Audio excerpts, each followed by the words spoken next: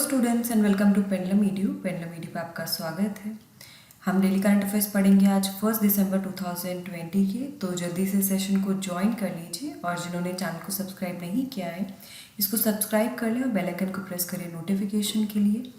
इसके साथ साथ आप हमें हमारे टेलीग्राम चैनल पे भी ज्वाइन कर सकते हैं और ये करंट अफेयर जाकर आप वेबसाइट पे पढ़ सकते हैं और साथ ही आप वहाँ से जो है PDF डाउनलोड कर सकते हैं, क्विज़ेस भी अटेम्प्ट कर सकते हैं। तो चलिए हम लोग शुरुआत करते हैं। बाइलिंगुअल सेशन है तो इसमें हम करंट अफेयर्स हिंदी और इंग्लिश दोनों में पढ़ेंगे।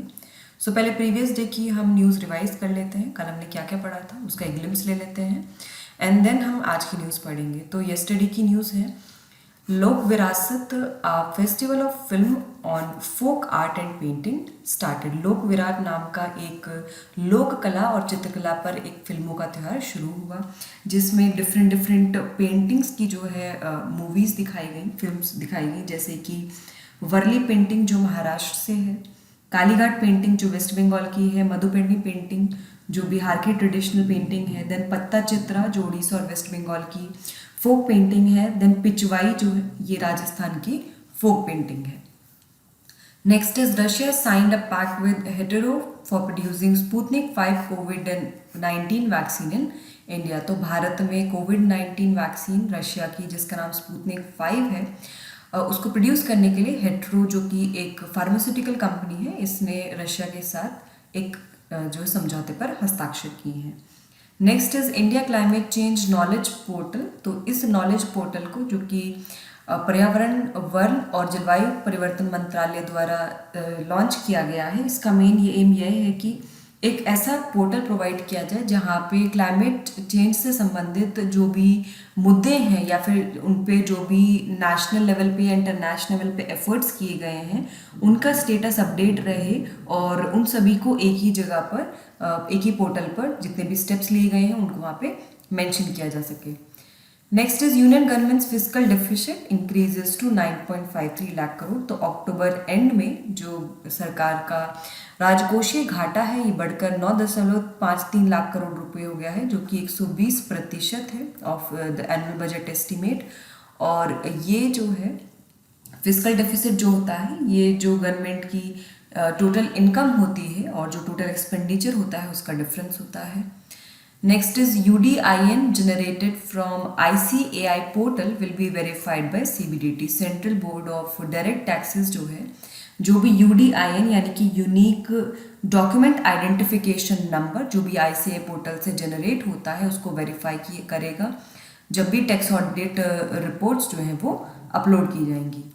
नेक्स्ट इज प्रधानमंत्री जीवन ज्योति बीमा योजना। इसको इंडिया पोस्ट पेमेंट बैंक्स द्वारा लॉन्च किया गया है और वैसे तो इसको LIC और बाकी इंश्योरेंस जो कंपनीज हैं वो भी इसको ऑफर करती हैं और इस बार जो है PNB मेटलाइफ इंडिया के साथ कोलैबोरेट करके जो इंडिया पोस्ट पेमेंट बैंक है इसने प्रधानमंत्री जीवन ज्योति बीमा योजना को लॉन्च किया है और जितने भी इंडिया पोस्ट पेमेंट बैंक्स के सेविंग अकाउंट होल्डर हैं उनके लिए ऑप्शनल रहेगा, ज़रूरी नहीं है कि वो इस बीमा योजना को ज्वाइन करें। ये एक सोशल सिक्योरिटी स्कीम है, ये 2015 में लॉन्च हुई थी और इसमें क्या है कि अगर किसी की भी मृत्यु हो जाती है तो उनको 2 लाख का कवर दिया जाता है in due to any reason and इसमें जो एनुअल प्रीमियम है ये 330 रुपये जाता है और इसकी जो एज लिमिट है ये जिसमें आप एंटर कर सकते हैं इस स्कीम में वो 18 to 50 ईयर्स है। ओके, 18 से 50 साल के जो व्यक्ति हैं वो इस योजना का लाभ उठा सकते हैं। नेशनल मिल्क डे जो है ये 26 नवंबर को मनाया जाता है। भारत में national milk day doctor Verghese Kurien की जो बर्थ एनिवर्सरी है उसको सेलिब्रेट करने के लिए मनाया जाता है। उनको मिल्क मैन ऑफ इंडिया कहा जाता है और जो भारत में वाइट रेवोल्यूशन हुआ था यानी कि दूध के उत्पादन को बढ़ाने का जो एक क्रांति जो शुरू की गई थी उसमें उन्होंने काफ़ी अहम भूमिका निभाई थी। Next is India launch the first heavy weight torpedo Varunastra. तो भारत ने जो पहली हैवी वेट टॉर्पीडो है वरुणास्त्र उसको लॉन्च किया है और ये जो वरुणास्त्र है इसको बेसिकली ये anti submarine under water weapon है और ये काफ़ी हैवी वेट है और इसको BDL द्वारा मैन्युफैक्चर किया गया है। Next is prime minister address the all India presiding officers conference. प्रधानमंत्री ने अखिल भारतीय पीठासीन अधिकारी सम्मेलन को संबोधित किया, जिसमें उन्होंने वन नेशन वन इलेक्शन की बात की कि एक राष्ट्र एक चुनाव की बात की कि जो स्टेट लेजिस्लेचर के अभी चुनाव होते हैं या फिर जो लोकसभा राज्यसभा के चुनाव होते हैं वो अलग अलग समय पर होते हैं, जिसकी वजह से एक तो खर्चा ज़्यादा होता है, उसके साथ साथ समय भी बहुत खर्च होता है इसमें। तो उन्होंने इसके फेवर में कहते हुए जो है इसको एडवोकेट किया कि जो वन नेशन वन इलेक्शन है इससे लाभ होगा सबसे पहले कि इसके कारण जो समय है और जो कॉस्ट है दोनों ही कम होगी इन होल्डिंग इलेक्शंस। इसके अलावा ये कंट्री में एक सिंगल वोटर लिस्ट भी क्रिएट करेगा और जो कई डेवलपमेंट वर्क जो डिले हो जाते हैं बार बार इलेक्शन कराने की वजह से वो भी डिले नहीं होंगे। Next is office of economic adviser releases index of 8 core industries for October 2020। तो अक्टूबर 2020 के लिए combined index of 8 core industries जो था ये 124.2 था। Next is health minister chairs multiple events to mark national organ day. तो नेशनल ऑर्गन डे जो है ये हर वर्ष मनाया जाता है। सो जो नेशनल ऑर्गन डे है ये हर वर्ष 27 नवंबर को मनाया जाता है। Next is TRIFED and Goa administration hold a virtual meeting on 26 नवंबर। तो ट्राइफेड और गोवा के जो प्रशासन हैं दोनों ने मिलकर एक वर्चुअल मीटिंग रखी, जिसमें उन्होंने डिस्कस किया कि कैसे जो ट्राइफेड यानी कि ट्राइबल्स से रिलेटेड जो भी प्रोडक्ट्स हैं उनको कैसे प्रमोट किया जाए। इसके अलावा इसमें 25 प्रोक्योरमेंट सेंटर्स कम गोडाउन्स जो हैं वो भी प्रपोज किए गए थे। सो हम आज की न्यूज़ देख लेते हैं। A new species of burrowing frog has been named after Bengaluru as Sphaerotheca Bengaluru. तो एक बेंगलुरु के नाम पर एक जो बिल खोदने वाले जो मेंढक है उसकी एक नई प्रजाति मिली है, ये आप फोटो में देख सकते हैं। एंड इसका नाम जो है स्फेरोथेका बेंगलुरु रखा गया है और इसका नाम ऐसे इसीलिए रखा गया है, इसके दो कारण हैं। सबसे पहले कि जो भी नॉन फॉरेस्टेड एरियाज होते हैं, जो भी गैर वन क्षेत्र होते हैं, उसमें जो एम्फीबियंस हैं, जो उभयचर हैं, उनका प्रॉपर डॉक्यूमेंटेशन नहीं हुआ है, ठीक है, उनका दस्तावेजीकरण नहीं किया गया है। दूसरा कि जो फ्रॉग हैबिटेट्स को रिस्टोर करना था बेंगलुरु में, उसमें अभी कुछ खामियां हैं जिनको पूरा करने की ज़रूरत है, तो उसको भी हाईलाइट करने के लिए नाम जो है रखा गया है। ये जो स्पीशीज है ये जब एम्फीबियंस को डॉक्यूमेंट किया जा रहा था डेक्कन प्लेट्यू में, Deccan plateau parts of Karnataka में, तब इसकी जो है तब ये स्पीशीज पाया गया था। एम्फीबियंस की हम बात करें तो एम्फीबियंस या उभयचर जो होते हैं ये पानी और लैंड दोनों में ही रहते हैं, ज़मीन और पानी दोनों में रहते हैं। ये अपनी सांस जो है या तो गिल्स के माध्यम से लेते हैं, या तो त्वचा के माध्यम से लेते हैं, या फिर ये फेफड़ों के माध्यम से लेते हैं। इनमें 3 चैम्बर्ड हार्ट होता है, 3 कक्षीय हृदय होता है और ये कोल्ड ब्लडेड होते हैं। एक्टोथर्म्स यानी कि जैसे मनुष्य है वार्म ब्लडेड होता है, वो अपना बॉडी टेम्परेचर रेगुलेट कर लेता है अगर टेम्परेचर बाहर चेंज होता है उस हिसाब से, लेकिन जो कोल्ड ब्लडेड होते हैं ये अपना बॉडी टेम्परेचर रेगुलेट नहीं कर सकते, तो ये क्या करते हैं, पलायन कर जाते हैं। ये अपने अगर पर्यावरण इनका ऐसा होता है जहाँ पे वो टेम्परेचर के साथ नहीं रह सकते तो ये वहाँ से चेंज कर लेते हैं। They are oviparous, that is they produce eggs, ये अंडे का उत्पादन करते हैं। And show external fertilization outside female body. So question is, a new species of frog, Spherotheca bengaluru, has been found in the state of dash। Spherotheca bengaluru मेंढक की एक नई प्रजाति डैश राज्य में पाई गई है, केरला, कर्नाटका, तमिलनाडु एंड ओडिशा। सो क्या होगा इसका करेक्ट आंसर, कहाँ पाया गया ये? The correct answer is option B, that is Karnataka. Next is Guru Nanak की जो जयंती है इस बार 551st जो है बर्थ एनिवर्सरी मनाई गई है गुरु नानक देव की, and this was celebrated on 30th November. And Guru Nanak जयंती को गुरु पर्व के नाम से भी जाना जाता है। उन्होंने गुरु नानक ने एक ओंकार जो है वो अपने फॉलोअर्स को एक मंत्र दिया, जिसका अर्थ है कि किसी के साथ भी भेदभाव नहीं करना है, सबको इक्वली ट्रीट करना है, सबके साथ समान व्यवहार करना है। He had also given the message of नाम जपो कीरत करो एंड वंद चको। तो उन्होंने नाम जपो कीरत करो और वंद चको का संदेश भी दिया। गुरु नानक का जन्म पूर्णमासी कार्तिक को हुआ था 1469 में। एंड वो पहले सिख गुरु हैं और सिखिज़्म के फाउंडर भी हैं, सिख धर्म के संस्थापक भी हैं। उनकी बर्थ एनिवर्सरी को गुरु नानक जयंती के रूप में मनाया जाता है और उन्होंने गुरु ग्रंथ साहिब को लिखना शुरू किया था। गुरु ग्रंथ साहिब जो है ये सिखिज़्म की होली बुक है, एक सिख धर्म की पवित्र पुस्तक है गुरु ग्रंथ साहिब। सो क्वेश्चन आपके लिए, this year country is celebrating dash birth anniversary of Guru Nanak Dev. इस वर्ष देश गुरु नानक देव की डैश जयंती मना रहा है। 530वीं, 580वीं, 551वीं या 523वीं। So the correct answer is option C, 551. Next is China plans to build downstream dam on the lower reaches of Brahmaputra. तो चीन जो है ब्रह्मपुत्र नदी की निचली पहुंच पर पहला डाउनस्ट्रीम बांध बनाने की योजना बना रहा है। और चाइना की जो state owned hydro power company है, सरकारी स्वामित्व वाली जो पन बिजली कंपनी है जिसका नाम पावर चाइना है, उसने पिछले महीने एक स्ट्रैटेजिक कॉपरेशन एग्रीमेंट साइन किया है तिब्बत ऑटोनोमस रीजन गवर्नमेंट के साथ, ताकि जो हाइड्रो पावर एक्सप्लॉयटेशन है डाउनस्ट्रीम ऑफ ब्रह्मपुत्र रिवर में कैरी आउट किया जा सके।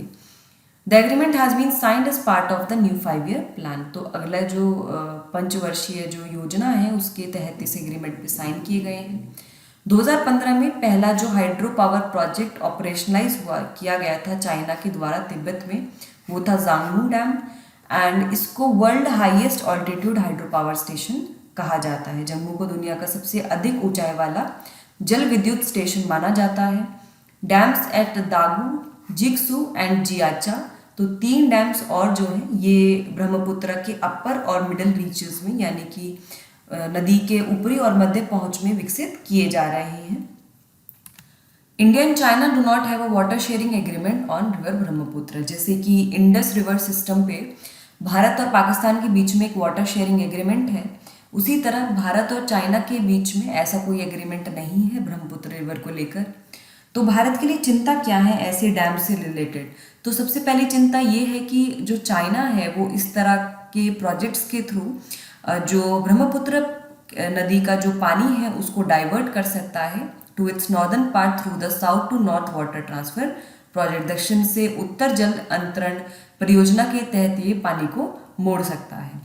इसके अलावा जो हमारे जो बड़े ऑफिसर्स हैं उन्होंने कहा कि ऐसा कंसर्न नहीं है कि इन प्रोजेक्ट्स की वजह से, इन डैम की वजह से जो पानी की क्वांटिटी है उस पर कोई असर होने वाला है, क्योंकि ये run of the river project है, यानी कि पानी के बहते हुए यहाँ पे मतलब इसमें स्टोरेज कुछ नहीं होगा, पानी चलता रहेगा और वहाँ से बिजली प्रोड्यूस होती रहेगी। ऐसा नहीं करना पड़ेगा कि आपको वाटर बहुत ज़्यादा क्वांटिटी में स्टोर करना पड़ेगा, तो इससे क्वांटिटी पे कोई असर नहीं पड़ेगा। लेकिन भारत जो मेनली कंसर्न है वो इस बात पर है कि चाइना की गतिविधियों के कारण, चाइना की एक्टिविटीज़ के कारण जो पानी की क्वालिटी है या जो इकोलॉजिकल बैलेंस है या जो फ्लड मैनेजमेंट की सिचुएशन है भारत में, उस पर फ़र्क पड़ सकता है। कैसे? जब भी कोई डैम कंस्ट्रक्शन होता है तो वहाँ पे पोल्यूशन होता है जिससे वाटर क्वालिटी अफेक्ट हो सकती है। इसके अलावा इकोलॉजिकल बैलेंस, क्योंकि डैम कंस्ट्रक्शन की वजह से इकोसिस्टम डिस्टर्ब होता है विद इन वाटर, तो लाइफ अंडर वाटर वो इम्पैक्ट होती है। इसके अलावा मान लीजिए कि फ्लड की सिचुएशन है और पीछे से अगर डैम खोल दिया गया है, ठीक है, पानी का लेवल बढ़ने की वजह से, तो जो भारत के जो एरिया हैं वो डूब सकते हैं। तो फ्लड मैनेजमेंट का भी एक इशू यहाँ पर आ सकता है। Another concern is related to dams location downstream.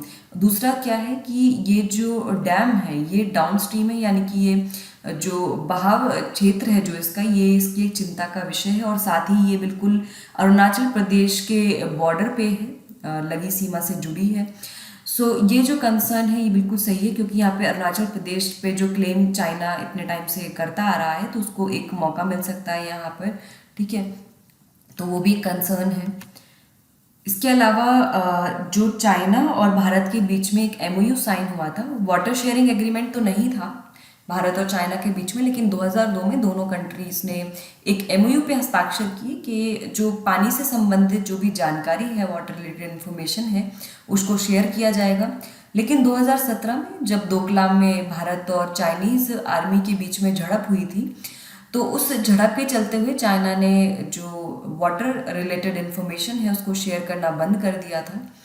वहीं उसी समय में उसने बांग्लादेश के साथ वो इन्फॉर्मेशन शेयर की थी। इसका मतलब उन्होंने जानबूझ के ऐसा किया था, ऑल्दो उन्होंने रीज़न कुछ और कोट किया था कि किसी पर्टिकुलर वजह से वो नहीं दे पा रहे हैं इन्फॉर्मेशन। उसके बाद 2018 से उन्होंने फिर से डेटा को शेयर करना शुरू किया। तो यहाँ पर जो डेटा शेयरिंग है वो बहुत ही ज़्यादा महत्वपूर्ण है और इसको चाइना कंटिन्यूस रखता है नहीं रखता है, तो वो भी एक भारत के लिए कंसर्न है। ब्रह्मपुत्र रिवर की हम बात करें तो इसको दिहांग और सियांग के नाम से जाना जाता है। जब ये इमर्ज होती है, ये ओरिजिनेट करती है चेमायंग डंग ग्लेशियर है मानसरोवर लेक के पास, वहाँ से इसका उत्पन्न होता है कैलाश मानसरोवर से। And it is known as Yarlung Tsangpo, तिब्बत में इसको यारलंग जांगबो के नाम से जाना जाता है। वहीं असम में इसको लुइत दिलाओ के नाम से जाना जाता है। जब ये बांग्लादेश में जाती है तो इसको जमुना के नाम से जाना जाता है। ये भारत में अरुणाचल प्रदेश के थ्रू जो है एंटर करता है। इसकी जो बाएं बैंक की सहायक नदियां हैं, लेफ्ट बैंक ट्रिब्यूटरीज हैं इसकी लहासा, न्यांग, लोहित, धानसिरी और कोलोंग है। और राइट बैंक ट्रिब्यूटरीज में इसमें कामेंग, मानस, बेकी, रायदक, तीस्ता और सुबनसिरी शामिल हैं। सो क्वेश्चन आपके लिए, which of the following are the tributaries of Brahmaputra river? Brahmaputra नदी की सहायक नदियां निम्नलिखित में से कौन सी हैं? Lohit, Dhansiri, Kolong and all of the above. So the correct answer for this is option D, that is all of the above. सारी ही जो है ब्रह्मपुत्र रिवर की सहायक नदियां हैं। Next is SCO council of head of government meet to be hosted by India. India ने जो 19वीं Shanghai corporation organisation council of head of government meeting है, इसको 30 नवंबर को होस्ट किया। और पहली बार भारत जो है ये होस्ट कर रहा था आफ्टर इट ज्वाइंड एससीओ इन 2017। तो 2017 में आपको याद होगा भारत और पाकिस्तान जो है वो 7वें और 8वें मेंबर के फॉर्म में उन्होंने शंघाई कॉर्पोरेशन ऑर्गेनाइजेशन को ज्वाइन किया। और भारत ने जो चेयरमैनशिप है एससीओ की वो उज़्बेकिस्तान से 2 नवंबर 2019 को ली और अब ये 30 नवंबर 2020 को खत्म हो जाएगी चेयरमैनशिप। ये एक एनुअल समिट है at the level of head of government of SCO countries. तो एससीओ देशों की सरकार के प्रमुख के स्तर पर ये एक वार्षिक सम्मेलन है और इसमें बेसिकली ट्रेड और इकोनॉमिक एजेंडा जो होते हैं उनसे संबंधित मुद्दों को डिस्कस किया जाता है। In this meeting various issues will be discussed. इसमें काफ़ी जो इश्यूज हैं उनको डिस्कस किया गया, जैसे कि proposal to create a special working group on innovation and startup, नवाचार और स्टार्टअप पे एक विशेष कार्य समूह बनाने का प्रस्ताव।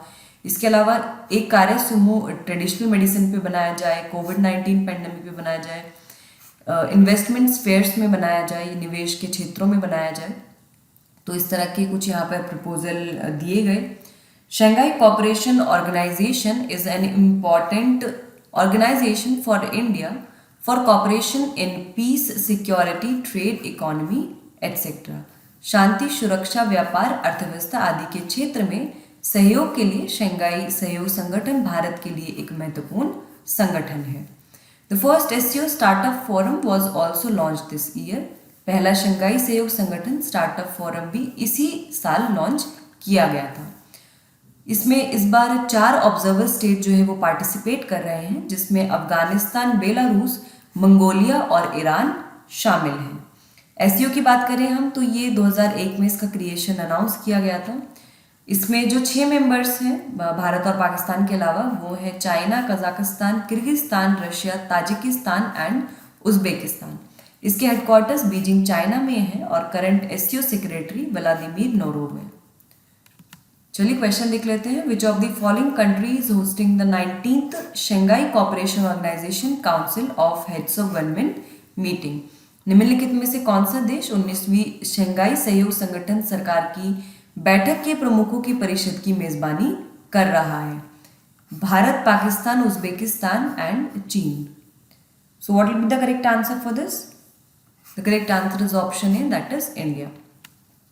Next is India will host the SCO online exhibition on Buddhist heritage. तो पहली बार जो है Bharat SCO online exhibition organise कर रहा है on shared Buddhist heritage, and ये कॉमन बुद्धिस्ट हेरिटेज साइट से जो है डेडिकेटेड होगा। जैसे भारत में कुशीनगर है, ठीक है, इसके अलावा जहाँ पे जो सिद्धार्थ गौतम है उनका जन्म हुआ था, फिर जहाँ पे उनको एनलाइटनमेंट हुआ था जैसे बोध गया, या फिर जहाँ पे स्तूपास हैं, तो उन सभी जो डिजिटल एग्जीबिशन में उन सभी चीज़ों को दिखाया गया। It will improve the people to people linkages in the region. तो इससे क्या होगा, क्षेत्र में लोगों में जुड़ाव में सुधार होगा।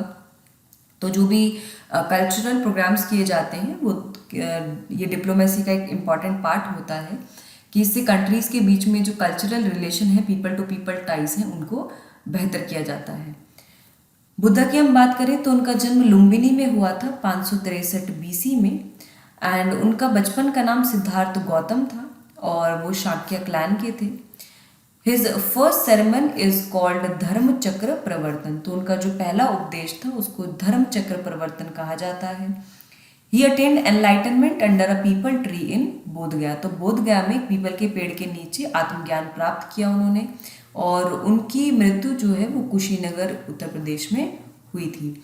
और उन्होंने 8 फोल्ड पाथ दिए थे, 8 फोल्ड पाथ या फिर अष्टांगिक मार्ग जो है उन्होंने बताया था, और उन्होंने 4 नोबल ट्रूथ की बात की थी। और इस 4 नोबल ट्रूथ में ये था कि जो संसार है ये दुखों से भरा हुआ है, और जो इच्छाएं होती हैं वो दुख का कारण होती हैं, और इन इच्छाओं को ख़त्म किया जा सकता है, मतलब इन दुख को ख़त्म किया जा सकता है। यदि इच्छाओं को ख़त्म कर दिया जाए तो दुख भी जो है वो ख़त्म हो जाएगा, ऐसा उन्होंने कहा था। So question is India hosted the SCO online exhibition on dash. Bharat dash पर शंघाई सहयोग संगठन ऑनलाइन प्रदर्शनी की मेजबानी कर रहा है। Classical paintings, Buddhist heritage, modern architecture and classical dances. So the correct answer for this is option B, that is Buddhist heritage या फिर बौद्ध धरोहर। Next is PM will attend the world famous Dev Deepawali festival in Varanasi. प्रधानमंत्री मोदी ने वाराणसी में जो देव Deepawali festival है उसको भाग लिया उसमें, और इसके साथ साथ तो उन्होंने वाराणसी प्रयागराज नेशनल हाईवे को जो चौड़ा करने का जो प्रोजेक्ट था उसको भी डेडिकेट किया उन्होंने राष्ट्र को।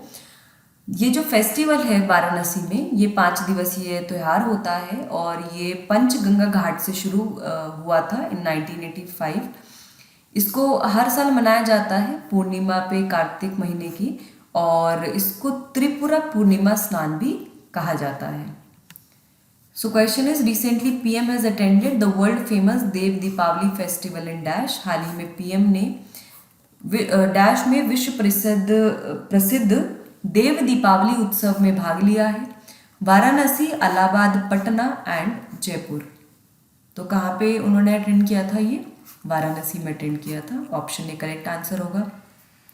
Next is railways minister has inaugurated the electrified section of Digwara Bandikui of north western railway. Rail मंत्री ने उत्तर पश्चिम रेलवे के दिगवाड़ा बांदीकुई में विद्युतीकरण खंड का उद्घाटन किया है, और इससे क्या होगा, जो इलेक्ट्रिक ट्रेन्स हैं अब दिल्ली से अजमेर में पूरी इलेक्ट्रीफाइड ट्रेन जो हैं वो चलेंगी। इसके कारण पोल्यूशन कम होगा सबसे पहला, फिर कॉस्ट बचेगी, ट्रेन की स्पीड भी बढ़ेगी, और जो इम्पोर्टेड फ्यूल पर जो हमारी निर्भरता है वो भी कम होगी। तो इससे बहुत सारे लाभ होंगे। इससे पहले इंडियन रेलवेज ने किसान रेल भी लॉन्च की थी, तो हमने ये भी पढ़ा था किसान रेल लॉन्च की गई थी एग्रीकल्चर प्रोडक्ट्स को जल्दी से ट्रांसफ़र करने के लिए, खासकर जो पेरिशेबल आइटम्स हैं उनको मार्केट तक उनकी पहुंच को सुनिश्चित करने के लिए ये बजट में अनाउंस किया गया था, और इसको लॉन्च भी कर दिया गया। इंडियन रेलवेज की हम बात करें तो ये रेलवे मंत्रालय के अंतर्गत कार्य करता है। ये 18 जोन और 70 डिवीजन में विभाजित है। अगर हम साइज़ की बात करें कि नेटवर्क जो कितना बड़ा है इंडियन रेलवेज का, तो 4th लार्जेस्ट है इन टर्म्स ऑफ साइज।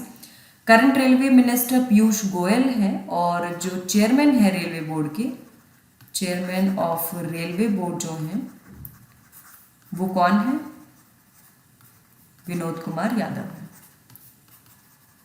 ये मैं कई बार डिस्कस कर चुकी हूँ, कल भी हमने डिस्कस किया था। सो क्वेश्चन आपके लिए, recently railways minister has inaugurated the electrified section of dash. हाल ही में रेल मंत्री ने डैश के विद्युतीकृत खंड का उद्घाटन किया है। मानेर भागलपुर, दिगवाड़ा बांदीकुई, सारनाथ गया and Delhi Chandigarh. So what will be the correct answer for this? इसका सही आंसर है ऑप्शन बी, दिगवाड़ा बांदीकुई का जो ये सेक्शन है इलेक्ट्रीफाइड सेक्शन वो इनॉग्रेट किया गया। Next is rupee is continuing to lose against US dollar while currencies of other emerging economies are continuing to rise from April 2020। तो भारत का जो रुपया है ये यूएस डॉलर के मुकाबले लगातार गिर रहा है, वहीं जो बाकी इमर्जिंग इकोनॉमीज हैं, जो उभरती अर्थव्यवस्थाएं हैं, उनकी जो मुद्रा है वो अप्रैल 2020 से लगातार बढ़ रही है। 2020 में जो रुपी है इसने ऑलमोस्ट 4% जो है वो अपना जो कीमत है वो खोई है against green back. Green back यहाँ पे जो टर्म है ये इनफॉर्मल टर्म है जो डॉलर के लिए इस्तेमाल की जाती है, अनौपचारिक शब्द है। और जो वर्स्ट परफॉर्मेंस भी उसने दिया है अमंग द एशियन करेंसीज, जिनमें चाइना की रेनमिनबी, फिलीपींस का पेसो, ताइवान का डॉलर और कोरिया का वॉन शामिल है। ठीक है, ये इन सब की करेंसी और कंट्री है, China renminbi, Philippines peso, Taiwan dollar and Korea won. ये जो करेंसीज हैं, अगर हम बाकी करेंसीज की बात करें तो ये करेंसीज जो है बड़ी हैं 4% से भी ज़्यादा against the dollar. Monetary easing by US Federal Reserve has caused greenback index move down by over 10% from its peak in March 2020। तो अमेरिकी फेडरल रिजर्व द्वारा मौद्रिक सहजता के कारण ग्रीनबैक सूचकांक मार्च 2020 के अपने चरम से 10% से अधिक नीचे ले गया है। मार्च और अक्टूबर के बीच की अगर हम बात करें तो उस दौरान रुपी जो है वो बढ़ा था। ठीक है, यहाँ पे ऐसे कंपेयर करना है आपको, अगर रुपी की कीमत घट रही है इन कंपैरिजन टू डॉलर, इसका मतलब रुपी बढ़ रहा है। ठीक है, यानी कि $1 की कीमत अगर कम है इन टर्म्स ऑफ रुपी, यानी कि रुपी अप्रिशिएट कर रहा है। ठीक है, तो अभी क्या था कि मार्च से अक्टूबर के बीच में ये अप्रिशिएट किया फ्रॉम 76.3 टू 72.7, लेकिन उसके बाद पिछले 2 महीने में ये फिर से घटा है। Rupees continuing to lose despite heavy inflows from FPIs over the last 2 months. तो पिछले 2 महीने में भारत में इन्वेस्टमेंट बहुत सारा आया है, विदेशी पोर्टफोलियो निवेशकों की वजह से काफ़ी प्रभाव हुआ है, लेकिन उसके बाद भी जो रुपी है ये अपना जो वैल्यू है इसको जो वैल्यू इसकी डेप्रिशिएट होती जा रही है। FDI have been 25% higher in April-September 2020 from that of same period last year। तो पिछले साल अप्रैल से सितंबर 2019 के कंपैरिजन में इस साल FDI जो है वो 25% ज़्यादा है सेम ड्यूरेशन में। In April-September 2020, average monthly merchandise trade deficit remained at 3.9 billion. तो अप्रैल सितंबर 2020 में औसत मासिक माल व्यापार घाटा जो है ये 3.9 अरब डॉलर पर रहा है। वहीं अप्रैल से सितंबर 2019 में ये 12.9 बिलियन डॉलर्स था। तो जो हमारा ट्रेड डेफिसिट है वो भी कम हुआ है in comparison to last year. Weakening और depreciation of rupees is mainly due to RBI's intervention in currency market. रुपए का कमजोर होना या अवमूल्यन मुख्य रूप से मुद्रा बाजार में आरबीआई के हस्तक्षेप के कारण होता है। मतलब सिर्फ इसी वजह से नहीं होता है, but it is one of the main reason. In March and April RBI sold dollars. तो मार्च और अप्रैल में आरबीआई ने फिर पहले डॉलर्स को बेचा था। It is purchasing dollar since then as visible from data for July to September. फिर जुलाई से लेकर सितंबर तक उसने फिर डॉलर्स को परचेज करना शुरू किया। And from rise in forex reserve from around $540 billion to $575 billion since October. और इससे भी पता चलता है कि उन्होंने जो है आरबीआई ने डॉलर्स को परचेज करना स्टार्ट किया है, क्योंकि जो फॉरेक्स रिजर्व है ये 540 बिलियन से लेकर 575 बिलियन हो चुका है अक्टूबर से। सो क्वेश्चन है, FDI have been dash higher in April September 2020 from that of the same period last year. प्रत्यक्ष विदेशी निवेश पिछले साल की समान अवधि से अप्रैल सितंबर 2020 में डैश अधिक रहा है, 10%, 15%, 20% एंड 25%। तो क्या होगा इसका correct answer? The correct answer will be option D, that is 25%. Next is central government may bring competition amendment bill in winter session of parliament. केंद्र सरकार संसद के शीतकालीन सत्र में प्रतिस्पर्धा संशोधन विधेयक ला सकती है। और कंपटीशन अमेंडमेंट बिल, ये इससे क्या होगा, इस नए बिल से इससे कंपटीशन कमीशन ऑफ इंडिया को पावर मिलेगी कि वो अपने इन्वेस्टिगेटिव आर्म के हेड को अपॉइंट कर सके। Currently centre appoints the head of investigative arm of CCI director general. तो अभी क्या होता है कि जो कंपटीशन कमीशन ऑफ इंडिया है, इसका जो भी हेड होता है इन्वेस्टिगेटिव आर्म का, उसको केंद्र सरकार द्वारा नियुक्त किया जाता है। द कंपटीशन अमेंडमेंट बिल में also bring in new settlement and commitment mechanism for quick disposal of cases. प्रतिस्पर्धा संशोधन विधेयक मामलों के त्वरित निपटान के लिए नई निपटान और प्रतिबद्धता तंत्र भी ला सकता है। The experts think that the appointment of head by CCI में इटसेल्फ अफेक्ट डीजीज ऑटोनॉमी। तो विशेषज्ञों का ये भी मानना है कि सीसीआई द्वारा खुद डीजी की नियुक्ति करने की वजह से डीजी की जो स्वायत्ता है वो प्रभावित हो सकती है, ठीक, क्योंकि यहाँ पे फिर बाइसनेस आने का एक चांस होता है। Under the new settlement mechanism the firm may reach agreement with CCI for faster disposal of cases. तो जल्दी से जो केस हैं उनको निपटाया जा सकता है। कैसे? एंटी कॉम्पिटिटिव कंडक्ट को रोक कर और इसके अलावा फाइन्स को पे करा के फटाफट से। Resolve cases would not be open to appeals. तो इसके बाद जो एक बारी जिन मामलों का निपटान हो गया उसके बाद वो मामले जो है वो अपील के लिए नहीं खुलेंगे। कंपटीशन कमीशन ऑफ इंडिया की हम बात करें तो इसका गठन 14 अक्टूबर 2003 को हुआ था and this was established under the competition commission act 2002। It has chairperson and 6 members. इसमें एक चेयरपर्सन 6 सदस्य होते हैं और ये एक अर्ध न्यायिक निकाय है, क्वासी जुडिशियल बॉडी है। इसके चेयरपर्सन और मेंबर्स को सरकार द्वारा नियुक्त किया जाता है, केंद्र सरकार द्वारा। And it aims to eliminate practices that affect competition in Indian market and protect the interest of the consumer. इसका उद्देश्य भारतीय बाजार में प्रतिस्पर्धा को प्रभावित करने वाली जो प्रथाएं हैं उनको समाप्त करना है और उपभोक्ताओं के जो हित हैं उनकी रक्षा भी करना है। करंट चेयरपर्सन जो है सीसीआई के वो है अशोक कुमार गुप्ता। सो क्वेश्चन है which type of body is the competition commission of India. भारतीय प्रतिस्पर्धा आयोग किस प्रकार का निकाय है? जुडिशियल अदालती, क्वासी जुडिशियल अर्ध न्यायिक, कॉन्स्टिट्यूशनल संवैधानिक एंड एग्जीक्यूटिव कार्यपालिक। So the correct answer for this is option B, that is अर्ध न्यायिक ये एक निकाय है। नेक्स्ट इज 900 करोड़ का जो पैकेज है वो अनाउंस किया गया है for covid vaccine development in India. Bharat सरकार के द्वारा 900 करोड़ पैकेज को अनाउंस किया गया है कोविड-19 वैक्सीन को बनाने के लिए और ये कोविड सुरक्षा मिशन के अंतर्गत अनाउंस किया गया है। जो फंड है इसको डिपार्टमेंट ऑफ बायोटेक्नोलॉजी को प्रोवाइड किया जाएगा ताकि वो कोविड-19 वैक्सीन्स के लिए जो भी R&D है उसको कर सके, रिसर्च और डेवलपमेंट कर सके भारत में।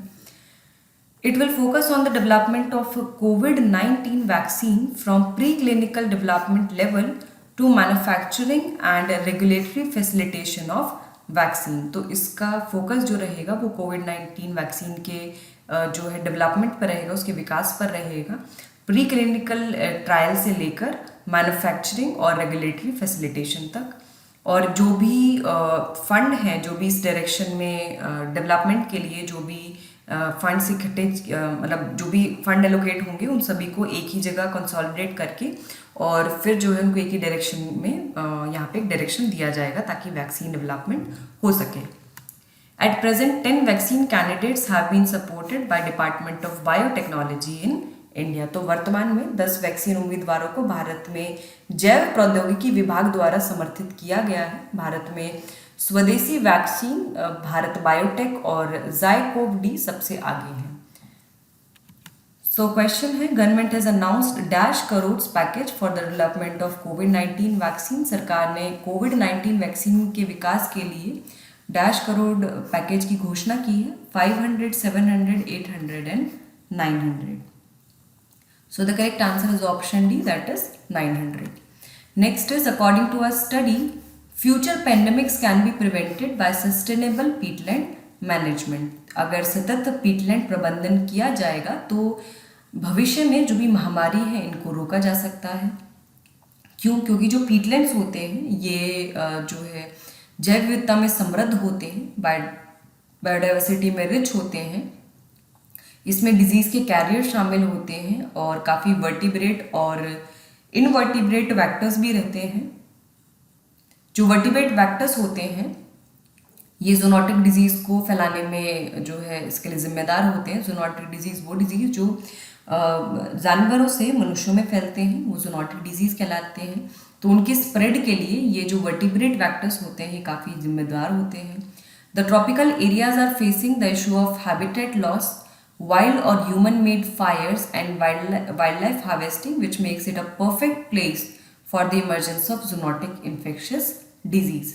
तो जो भी उष्णकटिबंधीय क्षेत्र हैं इसमें निवास के नुकसान, देन जंगली या मानव निर्मित आग या फिर वन्य जीव कटाई के मुद्दे का जो सामना कर रहा है, जो इसे जूनोटिक जो है संक्रामक रोगों के लिए उपद्रव के लिए एक आदर्श स्थान बनाता है। ठीक है, जो इमरजेंस होता है जितने भी जूनोटिक डिजीज हैं उनके लिए एक आइडियल कंडीशन क्रिएट करता है। जैसे अबोला वायरस है या HIV है वो सबसे पहले पीटलैंड एरिया में रिपोर्ट किए गए थे और एनिमल्स की काफ़ी हाई डेंसिटी होती है पीटलैंड एरियाज में, जिसकी वजह से वो ह्यूमंस के लिए और वल्नरेबल हो जाता है। क्योंकि एनिमल्स ज़्यादा रहेंगे फिर जूनोटिक डिजीज़ का स्प्रेड भी बढ़ जाएगा। पीटलैंड एक तरह के वेटलैंड्स होते हैं जिसके सॉइल में खासकर ज़्यादातर ऑर्गेनिक मैटर होता है, क्योंकि जो डेड और डिकेइंग प्लांट मटेरियल है उससे वो जो सॉइल वहाँ पर उत्पन्न होता है एक तरह के वेटलैंड ही होते हैं। तो यहाँ पर क्योंकि ऑर्गेनिक मैटर काफ़ी रहता है तो वेक्टर्स भी काफ़ी होते हैं और वर्टिब्रेट वेक्टर्स जो होते हैं वो जूनोटिक डिजीज़ के लिए जिम्मेदार होते हैं। अगर इनका सस्टेनेबल मैनेजमेंट किया जाएगा तो फ्यूचर पैंडेमिक्स को रोका जा सकता है। क्वेश्चन आपके लिए, according to a study future pandemics can be prevented by dash. एक अध्ययन के अनुसार भविष्य में महामारी को डैश द्वारा रोका जा सकता है। Sustainable agriculture management, sustainable energy management, sustainable peatland management and all of the above. The correct answer is option C, that is सतत पीटलैंड प्रबंधन। Next is humpback dolphins. इनको देखा गया है near Bandra Worli sea link in Mumbai और देखा तो इनको हर साल ही जाता है, लेकिन इस बार इनको जो सामान्य जो समय है सामान्य वर्ष की तुलना में इसको पहले देखा गया है। Indian Ocean humpback dolphin are mainly found in the waters of Indian Ocean from India to South Africa. तो भारत से लेकर साउथ अफ्रीका का जो इंडियन ओशियन का रीजन है वहाँ पर इनको देखा जाता है हम्पबैक डॉल्फिन को। IUCN रेड लिस्ट के हिसाब से जो डॉल्फिन्स हैं इनको एंडेंजर्ड कैटेगरीज में डाला हुआ है। And as per the marine biologist their earlier arrival could be related to currents. तो ये जो ओशन करंट्स होते हैं इसके कारण भी हो सकता है, प्रोडक्टिविटी या फिर प्रे की जो अवेलेबिलिटी है, शिकार की जो उपलब्धता है उसके कारण जो है हो सकता है ये पहले अराइव कर गए हों। डॉल्फिन्स जो हैं इनको भारत का जो वाइल्ड लाइफ प्रोटेक्शन एक्ट है 1972 का, उसके अनुसूची 1 यानी शेड्यूल 1 के अंतर्गत प्रोटेक्शन दिया हुआ है। गैंजेस रिवर डॉल्फिन जो है, गंगा नदी डॉल्फिन, ये हमारा नेशनल एक्वेटिक एनिमल है, राष्ट्रीय जलीय जानवर है। प्रोजेक्ट डॉल्फिन को हाल ही में अनाउंस किया गया था 15 अगस्त 2020 में। ये 10 साल का प्रोजेक्ट रहेगा जिसमें काफ़ी ऑर्गेनाइजेशन और मिनिस्ट्री शामिल होंगे और जो भी रिवर या फिर सी डॉल्फिन्स हैं दोनों को ही प्रोटेक्ट करने के लिए, कंजर्व करने के लिए इसको भारत में लॉन्च किया गया है। It will use modern technology and anti poaching activities for the conservation of dolphins. Dolphin के संरक्षण के लिए आधुनिक तकनीक और अवैध शिकार विरोधी गतिविधियों का ये उपयोग करेगा। So the question is, recently humpback dolphins were spotted along the coast of dash. हाल ही में हम्पबैक डॉल्फिन को डैश के तट पर देखा गया था, विशाखापट्टनम, चेन्नई, मुंबई एंड कोलकाता। क्या होगा इसका करेक्ट आंसर? कहाँ पर देखा गया था? The correct answer is option C, that is Mumbai. Next is, this is very important news. इसमें RT लैम्प जो एक नई टेक्निक है, नई इतनी ज़्यादा नई नहीं है, भारत के लिए नहीं है, ये 4-5 साल पहले ही विकसित हो गई थी, लेकिन भारत में ये अभी अवेलेबल हुई है और ये कोविड-19 टेस्टिंग के लिए ये काफ़ी बेहतर तकनीक है। RT लैम्प की फुल फॉर्म है reverse transcriptase loop mediated isothermal amplification और ये एक one step nucleic acid amplification method है, जिससे जो स्पेसिफिक आरएनए सीक्वेंसेस हैं कोरोना वायरस की, उसको मल्टीप्लाई किया जाता है। इस मेथड में क्या करते हैं, सबसे पहले आरएनए को कॉपी डीएनए में कन्वर्ट करते हैं, जो नॉर्मल रिवर्स ट्रांसक्रिप्शन टेक्निक है उसे इस्तेमाल करके। उसके बाद जो डीएनए है, ये कॉपी डीएनए, इसको एम्प्लीफाई किया जाता है लैम्प टेक्निक के द्वारा। और उसके बाद जो है देखा जाता है, इससे आसानी से जो पता चल सकता है कि टेस्टिंग हो सकती है कि कोविड-19 हुआ है, मतलब इन्फेक्शन है या नहीं है। Currently real time reverse transcription polymerase chain reaction, अभी करेंटली जो टेस्ट यूज होता है SARS-CoV-2 वायरस, जो कि कोविड-19 डिजीज के लिए जो रिस्पॉन्सिबल वायरस है, उसकी डिटेक्शन के लिए अभी RT-PCR टेस्ट इस्तेमाल किया जाता है, लेकिन इसके कुछ अपने शॉर्टकमिंग्स हैं, कुछ इसकी कमियां हैं। जैसे कि सबसे पहले इसकी कमी है कि कॉम्प्लेक्स और कॉस्टली इक्विपमेंट है, ये एक जटिल और महंगा उपकरण है। दूसरा कि इसको हर कोई जो है टेस्ट नहीं कर सकता है, इसके लिए ट्रेनिंग दी जाती है उन लोगों को जो टेस्ट कंडक्ट करते हैं। इसके अलावा इसकी जो स्पेसिफिसिटी है और जो सेंसिटिविटी है, जो इसकी परीक्षण की विशिष्टता या फिर संवेदनशीलता है, ये 95% है, जो कि चांस देती है कि भाई गलत रिजल्ट भी आ सकते हैं। 5% मतलब यहाँ पर चांसेस हैं। Not able to meet rising demands due to more turnover time, अब इसमें 10 घंटे लग जाते हैं पूरा पक्का करने में कि हाँ भाई कोविड-19 हुआ है या नहीं, पॉजिटिव टेस्ट करने के लिए। बहुत सारे लोगों आपकी डिमांड आ रही है टेस्टिंग के लिए, तो उस टेस्टिंग की डिमांड को ये मीट नहीं कर पा रहा है, क्योंकि इसमें टेस्टिंग में टाइम लगता है। इसके अलावा कोविड-19 सेरोलॉजी टेस्ट जो है, इससे एंटीजेंस जो भी SARS-CoV-2 से रिलेटेड है उसको डिटेक्ट किया जाता है, लेकिन इसमें भी एक्यूरेसी की कमी है, इसकी सेंसिटिविटी लो है, और इसमें चांसेस है कि जो नेगेटिव या पॉजिटिव रिजल्ट्स हैं वो फॉल्स ही ये दे। अच्छा, ये जो RT-LAMP टेक्नोलॉजी है, अब इसका फ़ायदा क्या है RT-PCR टेक्नोलॉजी पे?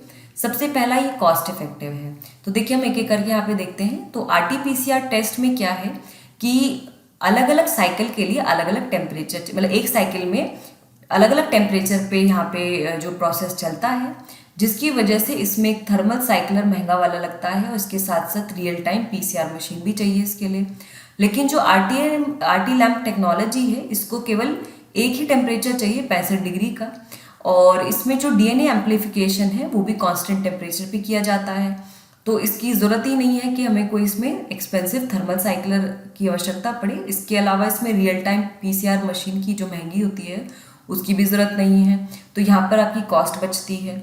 इसके अलावा लैम्प टेक्नोलॉजी जो है ये इतनी फास्ट है कि जो रिजल्ट्स हैं इसमें आधे घंटे में ऑब्टेन हो सकते हैं, और जो पॉजिटिव सैंपल्स पाए गए हैं उनको 10 मिनट में एम्पलीफाई ज़्यादा किया जा सकता है।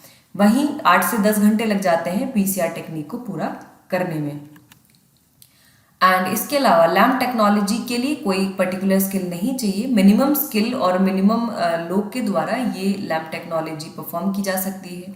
वहीं जो भी पोटेंशियल यूजर्स हैं RT-PCR के, जो भी कंडक्ट करेंगे टेस्ट को, उनके लिए काफ़ी एक्सटेंसिव ट्रेनिंग दी जाती है। देन हायर एक्यूरेसी, ICMR ने वैलिडेट किया है, उसने पुष्टि की है कि जो लैम्प टेक्नोलॉजी है इसकी जो सेंसिटिविटी है वो 98.7% है, वहीं इसकी जो स्पेसिफिसिटी है वो 100% है। वहीं RT-PCR की जो स्पेसिफिसिटी और सेंसिटिविटी है वो केवल 95% है, तो सटीकता भी ज़्यादा है इस टेक्नोलॉजी की, तो इसलिए ये अभी प्रेफरेबल है, और प्रेजेंट कंडीशन को देखते हुए इस पे मूव करना चाहिए। अगापे डायग्नोस्टिक ने रिसेंटली RT-LAMP टेक्नोलॉजी को इंडिजिनसली विकसित किया है। उन्होंने अपनी किट का नाम ल्यूम स्क्रीन एनकोव रखा है, और इसको ICMR द्वारा भी अप्रूव कर दिया गया है। विच of the following statement is correct about the RT-LAMP? RT-LAMP प्रौद्योगिकी के बारे में कौन सा कथन सही है? It is one step nucleic acid amplification method to multiply specific RNA sequences of the corona virus. ये कोरोना वायरस के विशिष्ट RNA अनुक्रमों को गुणा करने के लिए एक चरण न्यूक्लिक एसिड प्रवर्धन विधि है। In this method DNA is made into copy RNA using the normal reverse transcription. इस विधि में DNA को सामान्य रिवर्स ट्रांसक्रिप्शन का उपयोग करके कॉपी RNA में बनाया जाता है। सो कौन सी स्टेटमेंट सही है? 1 only, 2 only, both 1 and 2, none of the above. So the correct answer is option A, क्योंकि सिर्फ फर्स्ट स्टेटमेंट सही है, दूसरी गलत है, क्योंकि इसमें आरएनए को जो है कॉपी डीएनए में कन्वर्ट किया जाता है using the normal reverse transcription. तो ये सेकेंड स्टेटमेंट गलत है, फर्स्ट स्टेटमेंट बिल्कुल सही है। सो फ्रेंड्स, हमने यहाँ पर जो भी इंपॉर्टेंट करंट अफेयर्स हैं एंड उससे रिलेटेड क्वेश्चन डिस्कस कर लिए हैं। आई होप आपको ये सेशन पसंद आ रहा होगा। इस वीडियो को लाइक करिए, शेयर करिए। कोई भी सजेशन या डाउट है आप कमेंट बॉक्स में मेंशन कर सकते हैं। अच्छे से प्रिपरेशन करते रहिए। All the best. Thank you so much.